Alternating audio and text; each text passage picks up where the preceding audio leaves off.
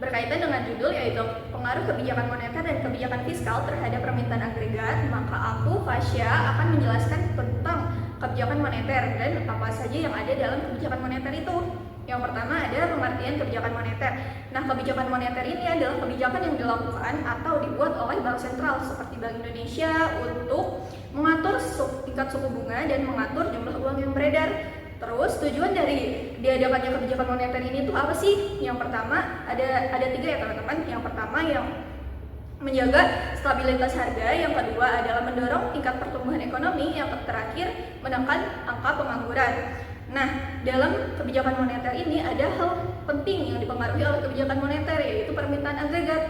Lalu apa sih itu permintaan agregat? Permintaan agregat ini adalah total permintaan masyarakat terhadap barang dan jasa pada suatu negara dalam tingkat harga tertentu dan dalam periode waktu tertentu. Nah, dalam kebijakan moneter ini dibagi menjadi 2 jenis. Yang pertama kebijakan moneter ekspansif dan yang kedua kebijakan moneter kontraktif. Kebijakan moneter ekspansif ini dilakukan pada saat perekonomian negara sedang lesu atau pertumbuhan ekonomi suatu negara sedang melambat. Nah, kebijakan pada saat situasi dan kondisi tersebut, maka Bank Sentral akan menurunkan tingkat suku bunga, menambah jumlah uang yang beredar, membeli surat berharga, dan menurunkan cadangan wajib minimum. Nah, hal ini dilakukan agar masyarakat dan atau pelaku usaha terdorong untuk membelanjakan uang mereka dan berinvestasi. Kemudian selanjutnya ada kebijakan moneter kontraktif. Kebijakan moneter kontraktif ini dilakukan pada saat inflasi sedang tinggi teman-teman, dan pada saat daya beli masyarakat ini sedang kuat-kuatnya. Maka dilakukan kebijakan yaitu yang pertama menurunkan jumlah uang yang beredar, yang kedua menambah tingkat suku bunga, dan yang ketiga menambah upah wajib minimum untuk memperlambat belanja dan investasi sehingga permintaan agregat akan menurun. Lalu dalam kebijakan moneter ini ada sebuah teori yang menghubungkan antara kebijakan moneter dan permintaan agregat. Keynes mengatakan teori ini tuh disebut dengan teori preferensi likuiditas. Nah, menurut teori ini suku bunga itu terbentuk dari keseimbangan permintaan dan penawaran uang. Permintaan uang muncul karena masyarakat ingin memiliki uang untuk bertransaksi, berjaga-jaga, dan spekulasi. Nah, di sisi lain penawaran itu dikendalikan oleh Bank Sentral. Bank Sentral akan menambah jumlah uang yang beredar, maka itu bisa membuat suku bunga itu turun, teman-teman. Apabila tingkat suku bunga turun, maka masyarakatnya akan terdorong untuk membelanjakan uang mereka dan berinvestasi. Hal ini menyebabkan naiknya tingkat konsumsi dan investasi yang menyebabkan permintaan agregat itu naik. Permintaan uang menggambarkan seberapa besar keinginan masyarakat untuk memegang uang tunai pada tingkat suku bunga tertentu. Makin tinggi tingkat suku bunga, maka makin besar biaya untuk memegang uang tersebut, sehingga permintaan uang akan menurun. Sebaliknya, jika suku bunga rendah, permintaan uang akan meningkat. Penawaran uang di sisi lain dikelola oleh Bank Sentral. Nah, apabila Bank Sentral menurunkan jumlah uang yang beredar, maka suku bunga naik. Sebaliknya, apabila jumlah uang yang beredar dinaikkan dan tingkat suku bunga diturunkan, maka kurva uang penawaran akan bergeser ke kanan karena suku bunga ini turun. Nah, ini tuh mendorong masyarakat untuk lebih banyak konsumsi dan investasi sehingga permintaan agregat akan naik. Selanjutnya ada keseimbangan pasar uang. Keseimbangan pasar uang ini terjadi ketika jumlah permintaan uang sama dengan jumlah penawaran uang. Dalam situasi ini, suku bunga berada di titik keseimbangan. Jika suku bunga terlalu tinggi, maka permintaan akan uang itu akan menurun dan bank akan menurunkannya. Jika suku bunga terlalu rendah, permintaan uang melebihi penawaran sehingga suku bunga akan naik nih teman-teman. Nah, Bank Sentral akan mengaruhi titik keseimbangan ini dengan menambah dan mengurangi uang yang beredar. Saat uang beredar ditambah, suku bunga turun, konsumsi dan investasi naik, dan permintaan agregat pun meningkat.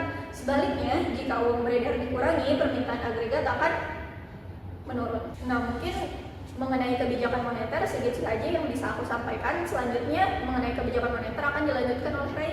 Selanjutnya adalah mengenai perubahan jumlah uang yang beredar. Teman-teman ekonomi, jumlah uang yang beredar adalah simpanan milik masyarakat dan juga lembaga keuangan dalam suatu perekonomian. Ketika jumlah uang yang beredar meningkat, misalnya karena bank sentral menurunkan suku bunga atau meningkatkan likuiditas, maka masyarakat memiliki lebih banyak uang dan permintaan terhadap barang dan jasa akan meningkat sehingga kurva permintaan agregat akan bergeser ke kanan. Akibatnya akan terjadi inflasi atau kenaikan tingkat harga dan juga output produksi meningkat dalam jangka pendek.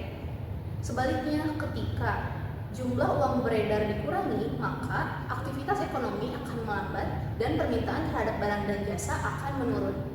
Sehingga kurva permintaan agregat akan bergeser ke kiri. Hal ini dikarenakan permintaan agregat mewakili total pengeluaran dalam suatu perekonomian. Sehingga ketika jumlah uang yang beredar itu sedikit, orang dan pelaku usaha akan mengurangi konsumsi dan investasi mereka sehingga permintaan pun menurun. Efek akhirnya adalah terjadi penurunan tekanan inflasi, tetapi hal itu harus distabilkan karena jika penurunan terlalu drastis maka akan menyebabkan perlambatan ekonomi. Secara singkatnya adalah ketika jumlah uang beredar naik maka kurva bergeser ke kanan, tetapi ketika jumlah uang yang beredar menurun maka kurva akan bergeser ke kiri. Selanjutnya adalah mengenai peranan target suku bunga terhadap kebijakan moneter. Bank sentral menggunakan target suku bunga seperti BI Rate di Indonesia sebagai alat utama dalam kebijakan moneter. Hal itu dikarenakan beberapa alasan. Yang pertama adalah pengaruhnya luas terhadap ekonomi, yang kedua karena efektif dalam mengendalikan inflasi dan uang beredar, yang ketiga karena memiliki sinyal kuat terhadap pasar, dan yang terakhir adalah karena mudah dan cepat diimplementasikannya. Ketika target suku bunga dinaikkan, masyarakat pun enggan untuk meminjam uang karena suku bunga kredit ikut naik. Otomatis konsumsi dan investasi pun menurun yang dapat menyebabkan jumlah uang beredar ikut turun. Hal itu cocok untuk mengatasi inflasi tinggi. Sebaliknya, ketika target suku bunga diturunkan, pinjaman pun akan lebih murah, otomatis konsumsi dan investasi akan meningkat dan jumlah uang yang beredar pun meningkat. Hal itu cocok untuk merangsang pertumbuhan ekonomi pada saat masa lesu. Menargetkan suku bunga tidak mengubah inti dari kebijakan moneter. Ketika bank sentral menargetkan suku bunga, itu berarti ia akan menyesuaikan jumlah uang yang beredar harga. Ketika bank sentral menargetkan suku bunga, itu berarti ia akan menyesuaikan jumlah uang yang beredar agar tercipta keseimbangan di pasar uang.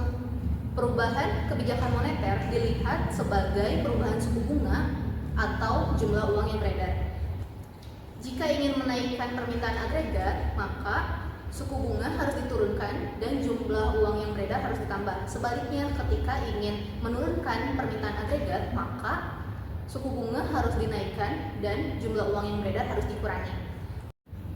Halo teman ekonomi, aku Luciana Mulyani, mahasiswi Universitas Islam Dr. KHZ Mutakin. Di sini aku akan menjelaskan tentang kebijakan fiskal. Sebelumnya, teman-teman tahu nggak sih apa itu kebijakan fiskal? Nah, kebijakan fiskal yaitu kebijakan ekonomi yang dilakukan oleh pemerintah melalui pengaturan penerimaan atau yang disebut pendapatan dan pengeluaran atau belanja negara untuk memengaruhi kondisi perekonomian di Indonesia, misalnya pertumbuhan ekonomi, inflasi, dan pengangguran. Lalu, terdapat juga dua instrumen penting dalam kebijakan fiskal. Yang pertama yaitu pengeluaran negara atau belanja negara, dan yang kedua yaitu penerimaan negara terutama dari pajak. Nah, seperti yang teman-teman bisa lihat di sini, terdapat juga 4 pengaruh penting dalam kebijakan fiskal. Yang pertama yaitu efek penggandaan pembelanjaan, yang kedua yaitu penerapan lain dari efek pengganda, yang ketiga yaitu ada efek pembatasan paksa atau yang disebut crowding out, dan yang terakhir yaitu perubahan pajak. Nah, sebelumnya di sini aku akan lebih memfokuskan untuk menjelaskan tentang pengeluaran negara atau pembelanjaan negara. Nah, di slide berikutnya juga teman-teman bisa lihat di sini ada perubahan dalam pembelanjaan negara, yang dimana hal tersebut adalah suatu penyesuaian di mana jumlah dan jenis pengeluaran pemerintah guna untuk mencapai suatu tujuan tertentu. Seperti yang pertama, mendorong pertumbuhan perekonomian, lalu yang kedua menstabilkan harga, yang ketiga mengurangi tingkat pengangguran, dan yang terakhir yaitu meningkatkan kesejahteraan rakyat. Lalu ada juga bentuk-bentuk atau jenis dari perubahan pembelanjaan negara. Nah, seperti yang teman-teman bisa lihat di sini juga, yang pertama yaitu peningkatan belanja. Misalnya seperti pemerintah itu menambah anggaran, misalnya itu seperti kayak subsidi, pembangunan infrastruktur, dan bantuan sosial. Lalu yang kedua juga ada penurunan pembelanjaan. Nah, penurunan pembelanjaan yaitu seperti pemerintah itu memangkas anggaran untuk menekan defisit atau menyesuaikan dengan penerimaan yang sedang menurun gitu. Lalu yang ketiga juga di sini ada realokasi belanja. Nah, realokasi belanja yaitu seperti misalnya mengalihkan sektor tertentu ke sektor prioritas baru. Contohnya seperti mengalihkan dari sektor ketahanan ke sektor pendidikan. Lalu yang terakhir ada belanja darurat, yang dimana belanja darurat ini adalah belanja yang dilakukan secara mendadak akibat bencana atau krisis seperti pandemi atau gempa bumi.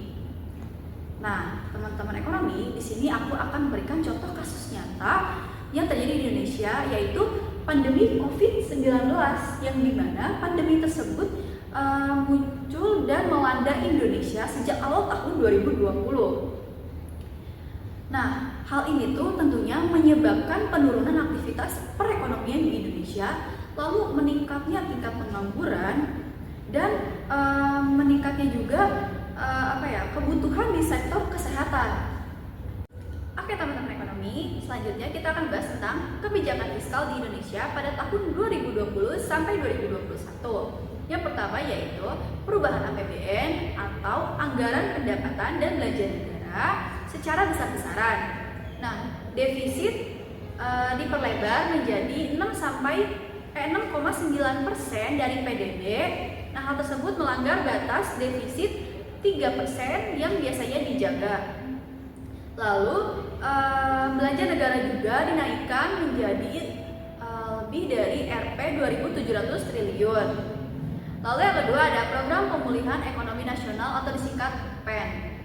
Nah, pemerintah ini menggelontarkan dana sekitar Rp 695 triliun pada tahun 2020 dan meningkat lagi di tahun 2021. Lalu mengalokasikan dananya atau dana belanjanya ke kesehatan seperti membeli vaksin, alat medis, dan insentif tenaga medis. Lalu ada juga perlindungan sosial seperti bansos, BLT, dan subsidi gaji. Lalu dukungan UMKM seperti insentif pajak, subsidi bunga, dan penjaminan kredit. Lalu ada sektoral dan Pemda seperti dana yang diberikan oleh pemerintah. Dana yang diberikan untuk pemerintah daerah guna untuk menanggulangi atau menangani dampak COVID-19. Nah, selanjutnya ada dampak dari kebijakan fiskal di Indonesia pada tahun 2020 sampai 2021. Yang pertama yaitu menjaga konsumsi masyarakat menengah ke bawah agar tetap bertahan. Lalu yang kedua, menekan laju kontraksi ekonomi. Nah, Indonesia saat ini hanya minus 2,7% pada tahun 2020 dan lebih baik dari banyak negara lain. Lalu yang terakhir yaitu menunjukkan fleksibilitas fiskal untuk menghadapi krisis besar. Halo teman ekonomi, gimana? Setelah kita berhasil melewati beberapa tahapan, mulai dari kebijakan moneter yang berpengaruh terhadap permintaan agregat maupun kebijakan fiskal yang sudah disampaikan oleh teman saya sebelumnya, ternyata dalam merespon perubahan ekonomi, terutama ketika perekonomian sedang melemah, seperti resesi yang merupakan suatu kondisi di mana konsumsi masyarakat menurun, pemerintah biasanya menjalankan kebijakan fiskal ekspansif. Kebijakan ini dilakukan dengan cara menaikkan belanja negara dan menurunkan pajak. Tujuannya agar masyarakat lebih memiliki daya beli yang lebih besar. Namun, di balik kebijakan ini terdapat dua dampak yang perlu kita pahami teman ekonomi. Yang pertama ada multiplier effect dan yang kedua ada crowding out effect. Perkenalkan, aku Aisyah Fatimah Zahra, mahasiswi dari Universitas Islam Dr. Hizmet Akid yang akan memaparkan kedua efek ini ditambah dengan perubahan-perubahan pajak. Seperti yang bisa teman ekonomi lihat di samping aku, di sini ada PowerPoint di mana menjelaskan multiplier effect. Oke, jadi sebenarnya apa sih itu multiplier effect? Multiplier effect ialah pergeseran tambahan dari permintaan agregat yang timbul apabila kebijakan fiskal ekspansif meningkatkan pendapatan sehingga menyebabkan kenaikan belanja konsumen. Sederhananya seperti ini, ketika pemerintah menaikkan belanja negara dan menurunkan pajak, maka pendapatan masyarakat pun akan ikut meningkat. Ketika pendapatan meningkat, maka konsumsi masyarakat pun akan ikut meningkat. Ketika konsumsi meningkat, akan berpengaruh terhadap permintaan agregat yang semakin meningkat pula. Contoh sederhananya seperti ini. Ketika pemerintah mengeluarkan belanja negara untuk membangun sebuah infrastruktur sebesar 20 miliar, maka uang itu akan menjadi pendapatan bagi para pekerja dan perusahaan. Kenapa bisa menjadi pendapatan bagi para pekerja dan perusahaan? Seperti ini teman-teman. Logikanya, ketika pemerintah mengeluarkan uang sebesar 20 miliar untuk membangun sebuah infrastruktur atau membangun sebuah jembatan, pemerintah perlu mengeluarkan uang untuk membeli bahan baku atau bahan material kepada perusahaan. Otomatis pendapatan perusahaan yang dibeli oleh pemerintah materialnya pasti akan bertambah. Dan ketika pemerintah memberi gaji kepada karyawan, otomatis atau pada para pekerja, otomatis pendapatan para pekerja ini akan meningkat. Mereka para pekerja dan perusahaan ini kemudian membelanjakan sebagian dari pendapatan itu yang akan menjadi pendapatan bagi pihak lain. Karena uang terus berputar, maka dampak akhir dari pengeluaran awal yang dikeluarkan pemerintah bisa berlipat ganda terhadap ekonomi. Inilah yang disebut sebagai multiplier effect. Ketika pemerintah mengeluarkan uang, maka pendapatannya akan berlipat ganda karena berpengaruh terhadap berbagai sektor ekonomi. Oke, setelah kita memahami bagaimana cara kerja multiplier effect ini yang menaikkan pertumbuhan ekonomi berbanding terbalik dengan materi yang bakal kita simak sekarang, teman-teman. Di sini ada yang namanya crowding out effect.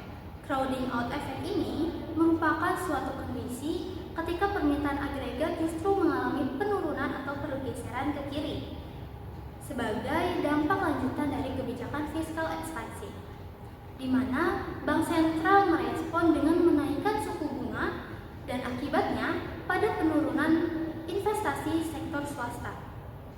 Secara sederhananya seperti ini teman ekonomi. Ketika pemerintah menaikkan belanja negara, otomatis permintaan agregat pun akan naik.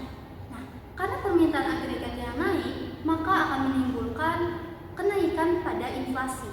Nah, melihat dari kenaikan inflasi yang cukup tinggi, maka Bank Sentral pun akan merespon dengan cara menaikkan suku bunga, yang dimana ketika Bank Sentral menaikkan suku bunga, maka konsumsi dan investasi pada masyarakat ataupun perusahaan akan menurun, di mana pada kebijakan atau pada efek crowding out ini, permintaan agregat pun akan ikut turun. Jadi bisa dipahami ya teman ekonomi, ketika pemerintah meminjam uang dalam jumlah besar untuk membiayai pengeluaran, maka permintaan atas dana pinjaman pun akan ikut meningkat. Akibatnya, suku bunga di pasar keuangan akan ikut naik. Nah, karena bunga pinjaman semakin mahal, maka rumah tangga cenderung mengurangi konsumsi berbasis kredit seperti pinjaman, dan perusahaan pun akan menurunkan investasi. Itulah yang disebabkan atau yang terjadi ketika mengalami crowding out effect.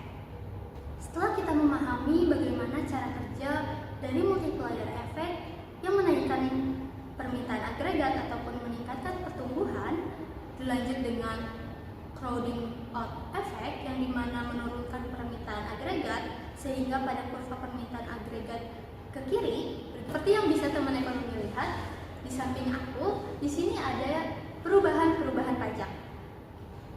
Perubahan pajak merupakan suatu kondisi ketika penurunan pajak meningkatkan belanja konsumen dan menggeser kurva permintaan ke kanan.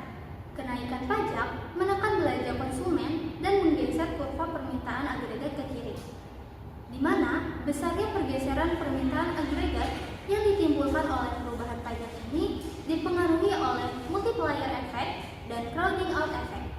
Ketika pemerintah menurunkan pajak dan belanja konsumen, penghasilan dan keuntungan pun akan ikut meningkat, yang juga mendorong belanja konsumen, seperti yang tadi sudah dijelaskan pada multiplier effect. Pada saat yang bersamaan, pendapatan lebih tinggi meningkatkan permintaan uang yang cenderung menaikkan suku bunga. Ini menjelaskan kondisi ketika mengalami crowding out effect. Pada pergeseran atau pada kurva permintaan agregat, pergeseran kurva tergantung pada besarnya multiplier effect dan crowding out effect daripada pajak perubahan yang menyebabkannya. Hai teman-teman ekonomi, kenalin aku Mas Herianto, mahasiswa Universitas Islam Dr. KJ Mutakin. Nah, gimana teman-teman ekonomi tentang materi yang sudah dijelaskan oleh rekan-rekan saya tadi tentang pengaruh kebijakan fiskal dan kebijakan moneter terhadap permintaan agregat. Pasti sekarang teman-teman ekonomi sudah mengerti dong perihal materi itu. Nah, jadi sekarang saya mungkin akan menjawab atau membahas pertanyaan yang muncul sekarang di benak teman-teman ekonomi sekalian. Nah, di sini saya akan membahas dua pertanyaan ya teman-teman ekonomi. Mungkin langsung ke pertanyaan pertama aja. Pertanyaan pertama itu mungkin seperti ini. Perlukah para pembuat kebijakan fiskal dan kebijakan moneter ikut campur dalam menstabilkan ekonomi? Atau secara sederhananya gini, perlukah pemerintahan dan bank sentral ikut campur agar ekonomi tetap stabil? Nah, untuk menjawab pertanyaan ini teman-teman ekonomi, kita harus lihat dulu perekonomian itu bagaimana sih gitu alurnya. Nah, perekonomian itu tidak selamanya dapat berjalan stabil karena ada masanya perekonomian itu pertumbuhannya tinggi, ada masa juga ekonomi itu krisis teman-teman. Nah, jika dibiarkan pertumbuhan ekonomi sedang saat krisis, itu akan menyebabkan berfluktuasi yang tidak terkendali. Nah, jadi kenapa sih kita perlu intervensi? Nah, pertama, dengan kebijakan moneter dan fiskal, pemerintah bisa mengelola permintaan barang dan jasa. Nah, jadi ini tuh dengan kebijakan ini pemerintah itu bisa inflasinya itu tidak melonjak naik teman-teman, dan juga pengangguran itu bisa ditekan. Lalu yang terakhir, kebijakan fiskal dan moneter juga bisa membantu mencegah resesi yang bisa menyebabkan menguras sumber daya alam kita teman-teman. Nah, mungkin aku bakal ngasih contoh kasus sederhananya waktu kita menghadapi COVID-19 atau pada tahun 2020. Nah, pada tahun 2020 itu saat kita menghadapi COVID-19 kan kondisi perekonomian Indonesia itu turun drastis banget ya teman-teman. Nah, makanya pemerintah itu mengeluarkan kebijakan fiskal yang berupa bantuan-bantuan sosial kepada masyarakat dan menstimulus ekonomi agar nilai jual beli di masyarakat itu tetap berjalan teman-teman, walaupun tetap dibatasi oleh pemerintah, tetapi tetap namanya jual beli di masyarakat itu harus tetap terus berjalan agar ekonomi itu bisa tetap stabil, tidak turun drastis atau menjadi inflasi. Nah, kebijakan moneter juga ada teman-teman dari bank sentral itu mereka menurunkan suku bunga. Nah, suku bunga kredit. Nah, kenapa mereka menurunkan suku bunga kredit? Jadi misalnya ada pengusaha-pengusaha yang ibaratnya bangkrut atau mau bangkrut dikarenakan pandemi. Waktu itu kan pandemi teman-teman, jadi kita untuk melakukan jual beli itu rada susah. Nah, jika mereka ingin meminjam ke bank sentral, mereka tidak ditekankan membayar bunga yang tinggi, jadi tidak memberatkan mereka untuk bisa naik lagi. Nah, tapi namanya kebijakan atau sikap kebijakan ada yang namanya kelemahannya teman-teman ya. Nah, kelemahan dari kebijakan moneter dan fiskal ini pasti memakan waktu yang lama, jadi efeknya itu nggak akan langsung terasa teman-teman, pasti membutuhkan waktu. Nah, dan juga jika kebijakannya itu tidak dilakukan dengan hati-hati, maka bisa menimbulkan resiko teman-teman atau masalah baru gitu. Mungkin contoh kasusnya seperti ini. Ketika di Venezuela mereka menghadapi krisis ekonomi, pemerintahnya itu malah dan bank sentral itu, pemerintah dan bank sentralnya itu malah mencetak uang yang berlebihan teman-teman, yang menyebabkan negara Venezuela itu menghadapi inflasi. Jadi bukannya menyelesaikan masalah, tetapi malah menambah masalah baru. Makanya ini harus hati-hati teman-teman. Nah, kesimpulan dari pertanyaan tadi yang bisa saya simpulkan yaitu kebijakan moneter dan fiskal dalam menstabilisasi ekonomi itu penting teman-teman, tetapi pemerintah dan bank sentral harus melakukan kebijakan secara hati-hati agar tidak menyebabkan resiko-resiko yang tidak diinginkan dan menimbulkan masalah baru. Mungkin untuk menjawab pertanyaan nomor 1 dari teman-teman seperti itu ya, atau misalnya ada kurang boleh di komen di bawah. Oke teman-teman ekonomi, sekarang mungkin kita akan lanjut ke pembahasan kedua yang mungkin muncul di benak teman-teman ekonomi ketika tadi belajar materi tentang pengaruh kebijakan moneter dan fiskal terhadap permintaan agregat. Mungkin pertanyaan kedua yang muncul yaitu secara sederhana, perlukah pemerintahan menyeimbangkan anggaran belanjanya? Atau pertanyaannya secara sederhana lagi, perlukah pengeluaran sebuah negara dan pendapatan sebuah negara itu harus seimbang? Karena kalau kita berpikir secara sederhana, kalau misalnya pendapatan dan pengeluaran negara itu seimbang, maka kita tidak perlu menambah utang. Dengan kita tidak menambah utang, maka kita tidak membebani ke generasi-generasi berikutnya. Nah, dengan begitu kita juga menghindari dampak negatif dari defisit ekonomi seperti inflasi atau hilangnya rasa kepercayaan investor. Nah, namun menurut saya utang itu tidak selamanya itu negatif teman-teman. Karena kalau misalnya utang itu kita alokasikan ke dalam membangun sebuah infrastruktur yang produktif, mungkin salah satu contohnya kayak misalnya kita berutang demi membangun stasiun kereta api. Nah, dengan kita membangun stasiun kereta api, dengan kata lain negara itu menambah pemasukan atau pendapatan negaranya dalam jangka panjang. Nah, mungkin contoh kasus saja gini, Indonesia itu sering mengalami defisit APBN. Misalnya salah satu contoh kasusnya itu di tahun 2020 saat masa pandemi atau COVID-19. Nah, pada saat 2020 itu Indonesia mengalami defisit yang mencapai 6% dari produk domestik bruto. Namun defisit ini dialihfungsikan atau dialokasikan untuk kesehatan, bantuan sosial, dan pemulihan ekonomi. Yang hasilnya pada saat 2021 perekonomian Indonesia itu mulai beranjak positif atau meningkat itu dari tahun 2020. Nah, jadi kesimpulan yang bisa saya berikan dari pertanyaan tadi teman-teman yang mungkin ada di benak pemikiran teman-teman ekonomi, yaitu menyeimbangkan anggaran atau pengeluaran pendapatan sebuah negara itu ideal. Tetapi defisit atau utang sebuah negara itu bisa digunakan secara produktif dan berlebihan, maka hasilnya itu bakal bisa menjadi positif.